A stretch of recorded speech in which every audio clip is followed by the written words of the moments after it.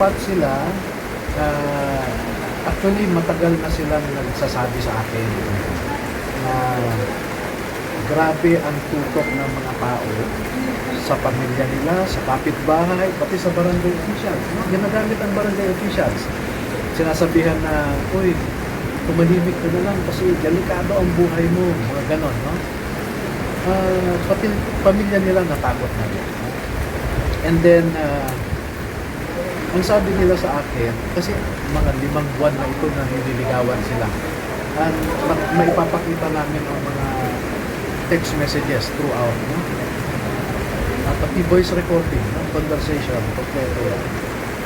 Na umabot sa una 5 million ang offer. Naging 8 million, naging 10, hanggang umabot na lang ng 25 million. Kaya siguro medyo nakaisip din sila na wala na nga silang kaso, mawawala yung mga pananakot sa kanila, at meron pa silang pera. So, nagpaalam naman sila sa akin. Sabi ko, sige, pag-isipan nilang mabuti.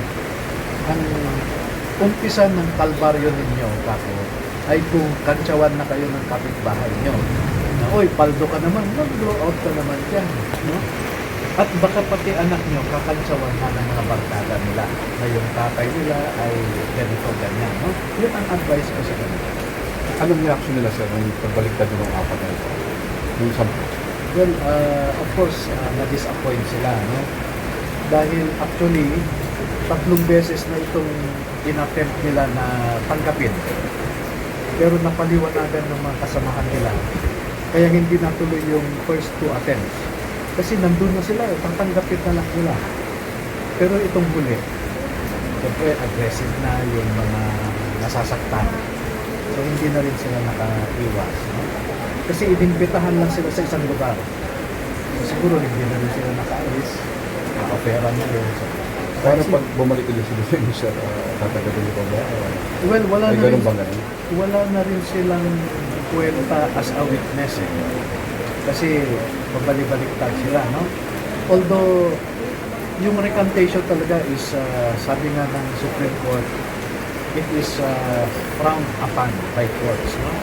Hindi pinapaniwalaan ng korte ang mga recantation. Parang siniro itong mga naliligaw sa Well, yung si Lynn Gutierrez, si Nico de Los Angeles, may mga binabanggit ang mga tao na ito na nag-uutos din sa kanila. Umabot ito sa isang mataas na retired general. Actually, 2 pala, no? Yung 2 retired generals na yan ay parehong pinamunuan nila noon ang CIDG, ng PNP. So sa ngayon, hindi ko muna mabanggit ang kanilang pangalan dahil hindi ko rin alam ang motibo nila kung bakit kailangan nilang suhulan ang mga ito. At tama yung sinasabi ni Ombudsman na yung mga nanghikayat sa 4 na ito may be liable for obstruction of justice. 25 million. Nagpasilaw kayo sa ganyang halaga. Napakakunting pera lang yan, mga kapatid. Mga kasama ko sa Marines. Dapat hindi kayo nagpasilaw. Hindi nyo ipinagpalit ang ating pinaglalaban ngayon. para sa bayan. Para sa ating bayan. Para sa kinabukasan nating mga anak. Dapat hindi kayo pumayag na kukunin lang yung mga ganyan na binigyan lang kayo ng konting pera, bumaliktad na kayo. Anong klaseng kayong mga Marines pa naman kayo? Sinira yung imahe ng Marines. Kaya dapat sa inyo, may kalalagyan din kayo balang araw. Salamat. Magkita-kita pa rin tayo, mga kapatid. Salamat, sir. Wala pa kayong naramdaman itong mga nakarang araw na parang may something na sa mga kasamahan yung 4? Nung nakarang araw, yung 2 kasama namin, talagang nararamdaman namin kasi kakaiba na yung mga kanilang pinapakita sa amin na mayroon silang kinokontak, mayroon silang kausap lagi sa cellphone. Pagka lumapit kami, lumalayo sila, minsan in-off nila yung cellphone. So yun palang naramdaman namin, pero hindi namin pinansin yun.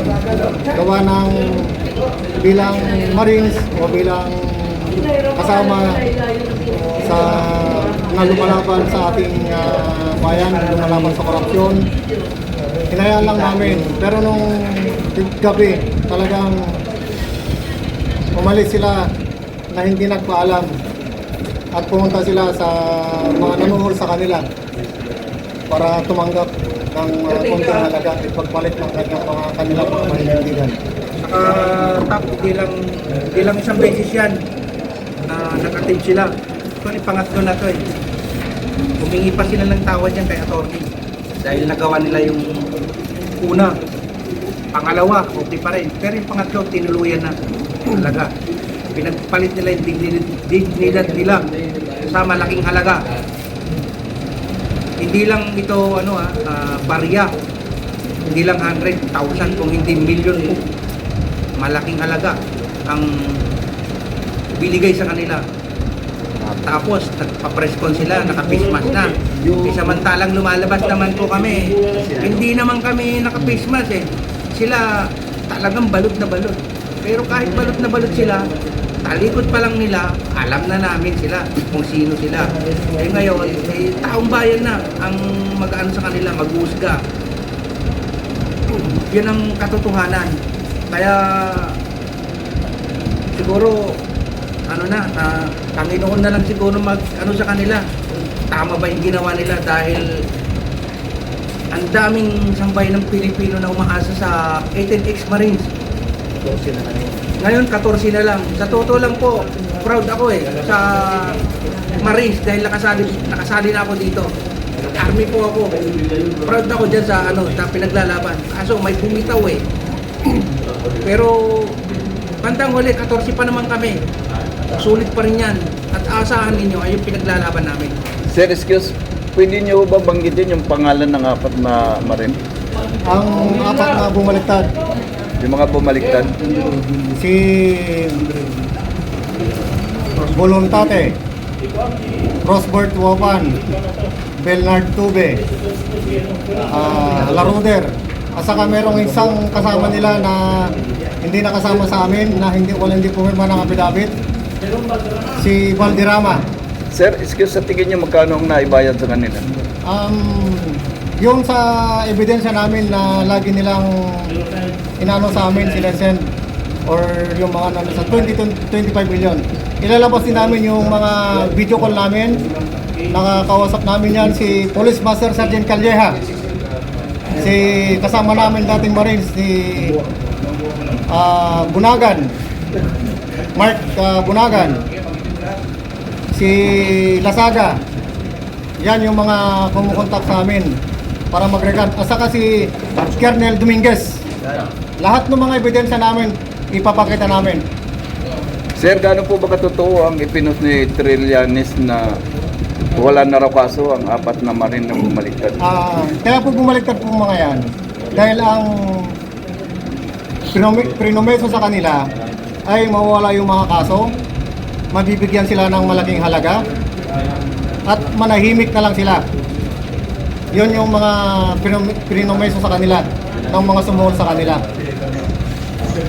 Okay, maraming salamat, sir. Sir, sinabi po nila sa kanilang interview doon sa mga ABS-CBN, GMA, sa mga TV network, gaano po katotoo yung sinabi nila na dahil daw may promesa si Atty. Levy Baligod, kasama po yung kanyang asawa, na hindi naman daw po natutupad. Alam niyo po katotoo ma'am, yun, sir?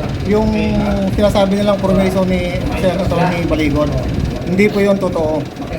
Dahil po sa kaming lumapit sa kanila, lalong-lalo kay Atty. Baligod, upang mailahad ang katotohanan na lantarang korupsyon na nangyari dito sa ating bayan. Kami po mismo ang lumapit, hindi po nag-offer sa amin si Atty. Baligod ng mga pera or ano. Kami mismo ang lumapit. Kaya yung sinasabi ng apat na yan, puro po kasi sinungaling po yan. Puro po sinungaling mga yan. Bayaran ko yung apat na yan. Malilima po sila. Kaya huwag po kayong maniwala sa kanila. Sana yung mga pamilya nyo ngayon, lalong-lalo na ikaw, technical sa rin voluntate. Retired ka pa naman na Marines. Pero anong ginawa mo? Nirecruit mo ba yung tatlong kasama natin na lumalaban talaga sa katotohanan? Anong klase kang retired na Marines? Kapwa ka naming Marines pero anong ginawa mo?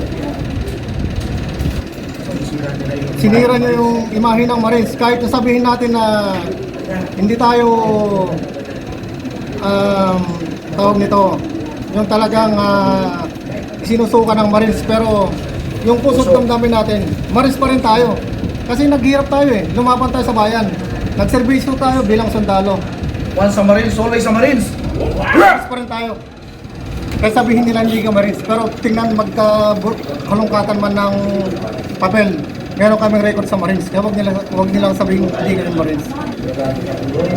Kaya masasabi ko lang sa apat, sana yung pamilya nyo, mga kapitbahay nyo, mga kapamilya nyo at saka mga kaibigan nyo, hindi kayo bubulihin sa ganitong ginawa nyo na pagtalikod sa ating pinaglalaban. Good luck sa inyo. Salamat, sir. Salamat, sir.